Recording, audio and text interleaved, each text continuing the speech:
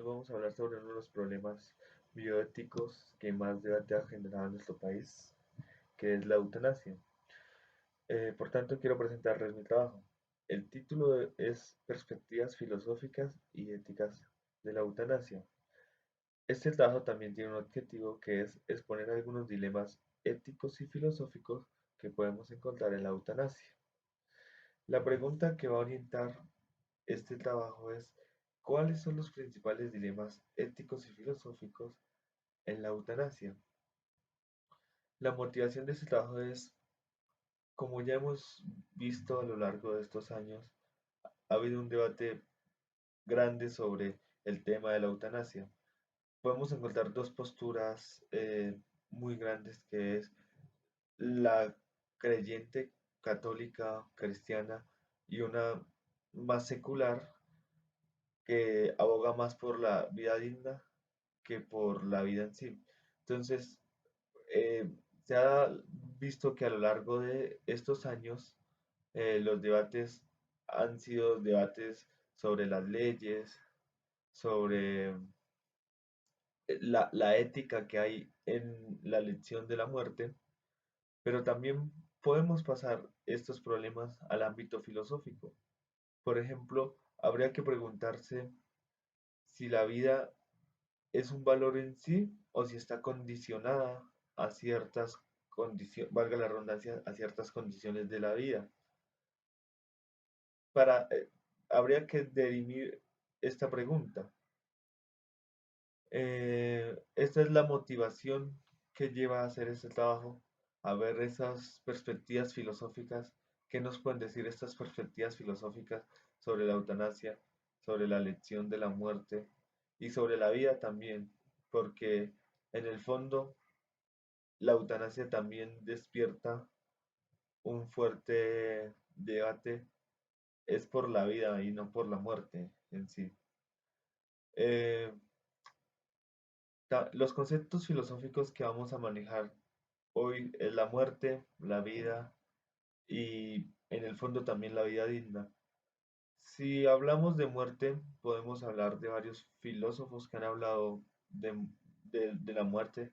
Por ejemplo, Epicuro.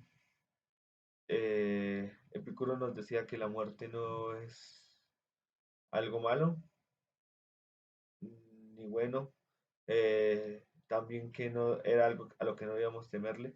La muerte para Epicuro es simplemente la ausencia de la vida y por tanto en la muerte no hay dolor ni hay ningún componente que podamos hallar en la vida. Por eso no hay dolor, ni es buena ni es mala, es simplemente un estado que sucede a la muerte.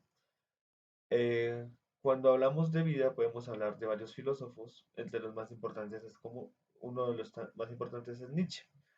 Nietzsche, por ejemplo, nos dice que la muerte, la vida, eh, es un valor máximo, se puede entender como valor máximo en Nietzsche. En Nietzsche la vida es prácticamente todo, porque, o sea, para Nietzsche la vida, aunque suframos en vida, aún así debemos vivirla, porque es lo único que hay, no hay nada después de la vida.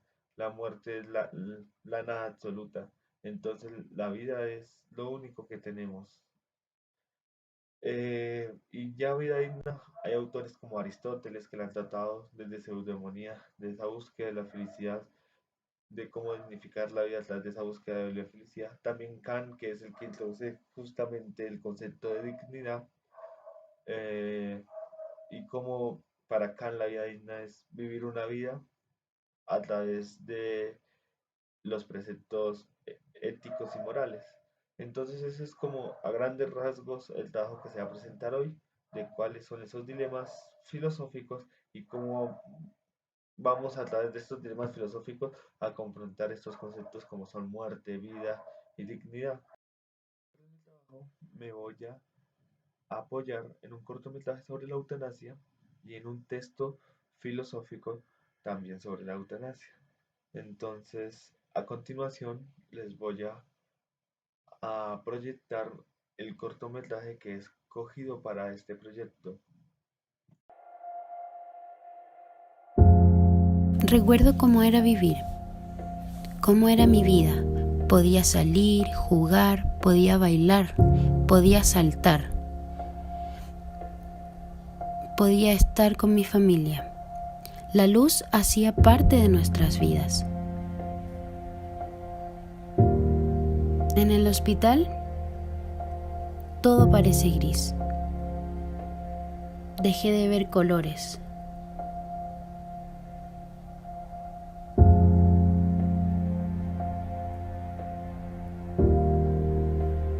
El sarcoma me consume, no solo a mí, a toda mi familia. El dolor es intenso. Siento que no puedo más. La vida ya no me gusta. Me da miedo.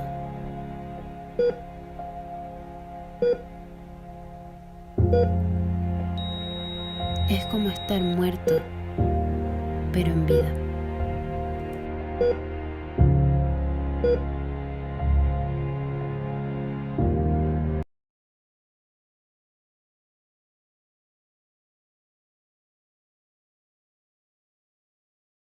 En analizar un texto que escogí para tratar de ver estos dilemas filosóficos y éticos que hay en la eutanasia. El texto se llama Filosofía de la muerte sobre la eutanasia. Este texto fue escrito por el doctor Guillermo José Mañón Garibay, quien es un profesor de la Universidad Autónoma de México. En este texto, el autor nos expone una serie de dilemas éticos y filosóficos que se encuentra en la eutanasia. Primero comienza explicándonos a grandes rasgos qué es la eutanasia. Nos dice que la eutanasia se entiende el hecho de provocar la muerte para beneficio de una persona. Esto quiere decir que la eutanasia es un medio que proporciona un médico especializado para que una persona deje de sufrir. También nos explica que hay cuatro tipos de eutanasia: la eutanasia voluntaria, la eutanasia involuntaria, la eutanasia activa y la eutanasia pasiva. La eutanasia voluntaria se refiere a la manifestación explícita del paciente de su deseo voluntario de morir. La eutanasia involuntaria hace referencia a la falta de la manifestación explícita del deseo de morir por parte del paciente. Esto quiere decir que hay pacientes que están tan enfermos que no pueden proporcionar esta voluntad de morir, no pueden decirla. Sin embargo, hay una tercera persona que debe ser la que debe tomar esta decisión. La eutanasia activa hace referencia a provocar la muerte por un agente. Esto quiere decir que hay ciertos procedimientos médicos los cuales pueden inducir a una persona a la muerte. Y la eutanasia pasiva es aquella que deja, de una forma pasiva, deja morir al paciente. Esto quiere decir que hay, por ejemplo, pacientes conectados a una máquina y los médicos simplemente eh, desconectan al paciente. No tienen que suministrarle ningún agente, ningún químico, simplemente lo desconectan y por forma natural, de manera natural, el paciente se va a morir. Estos a grandes rasgos es la eutanasia y son los tipos de eutanasia que hay. Sin embargo, esto nos abre un debate, nos dice el autor, y este debate es sobre el hecho de qué es la vida, por ejemplo, si la vida es un valor absoluto o es solo un valor condicionado. Esto quiere decir que si la vida es un valor absoluto, la vida es el valor máximo en sí. La vida está por encima de cualquier cosa, pero si la vida es un valor condicionado, significa que dependiendo de las condiciones en que se viva, uno puede optar por renunciar o no a ella. También, como hemos visto, la eutanasia se debe aplicar en pacientes enfermos, pero también nos abre otro debate. es cuando la medicina, por ejemplo, nos puede decir, ¿qué nos puede decir la medicina de la vida de un paciente? ¿Qué nos puede decir de si es buena o mala? Eh, por ejemplo, ¿cuándo se debe aplicar la eutanasia? Cuando el dolor es insoportable para el paciente, cuando no hay usos de las facultades mentales superiores y no se puede hablar más de vida humana digna, cuando los resultados del tratamiento médico alarga únicamente la vida del paciente porque la muerte del paciente se presentará irremediablemente poco tiempo más tarde, ¿cuándo se debe aplicar la eutanasia? También es un debate que se nos abre. En este sentido, el autor nos dice que la medicina no tiene artefactos exactos para medir esto. Por eso generalmente la eutanasia es una elección. Eh, en este sentido, también hay otro dilema filosófico que se nos abre y es ¿qué implica la vida para nosotros mismos? ¿Qué es la vida? Entonces, el autor nos dice que hay cuatro opciones de intentar resolver qué es la vida para uno mismo. Entonces dice que se pregunta, ¿la vida es vida en el sentido propiedad privada? O sea, que uno la posee, o en el sentido que a nadie más le incumbe qué ocurre en ella, a excepción de uno mismo. O en el sentido de que actuar libremente como define la libertad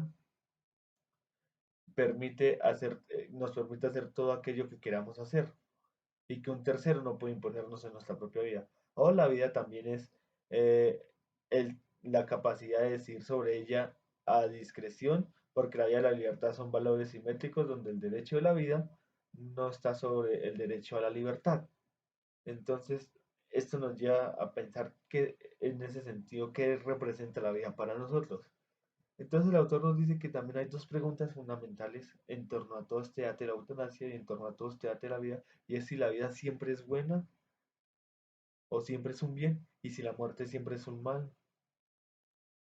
Estas son preguntas importantes que habría que hacerse. Y en este sentido, o sea, vuelve a abrir ese debate de si la vida es un valor en sí, en que es un valor universal para todos y en que la individualidad no tiene cabida, o si la vida, por el contrario, habría que medirla por sus condiciones y habría que ver si esas condiciones nos llevan a una buena vida o una mala vida. Eh, y como estos debates nos llevan siempre a si hay que universalizar la vida como valor o verla como algo individual, porque también todos tenemos nuestras creencias y nuestros afectos. Esto también nos lleva a pensar entonces qué constituye una buena vida o una vida digna de ser vivida. También si es posible hallar un criterio funcional de vida para decidir si en algunos casos se justifica la eutanasia. Y una tercera pregunta es si es posible pensar en un conjunto de beneficios que aclaren el significado de vida digna o siquiera vida normal. Entonces, habría que pensarse todas estas preguntas. No es un debate meramente legal, también es un debate filosófico y existencial, como hemos visto. Ahora pasaremos a explicar por qué el video es un concepto imagen. Primero que todo, el video es un concepto imagen porque nos presenta una experiencia restauradora, una experiencia de la que todos somos partícipes, como es la vida. A lo largo del video se muestra cómo esta niña tiene una vida y cómo después pasa a tenerla. Después viene este elemento, que es el de los sentimientos y las sensaciones que nos deja. Podemos ver cómo en este video al final nos deja un sentimiento raro de tristeza, también se puede decir. Tercero, porque estas sensaciones y estas experiencias restauradoras buscan una pretensión de verdad. También intenta justificar en un sentido lo que es la buena vida y lo que es la vida sin sufrimiento. Como podemos observar en la primera parte del video se ve una niña alegre, una niña que vive felizmente y cómo al final la enfermedad la está consumiendo y esas palabras de que está muerto en vida son unas palabras muy distintas. Entonces podemos observar cómo el corto es un corto de concepto imagen por estas características que poseen estos conceptos imágenes. Para finalizar, quería preguntarle a ustedes, para ustedes, ¿qué es una buena vida y qué es una mala vida? ¿Y cuál es la relación entre estos dos conceptos con respecto a la eutanasia?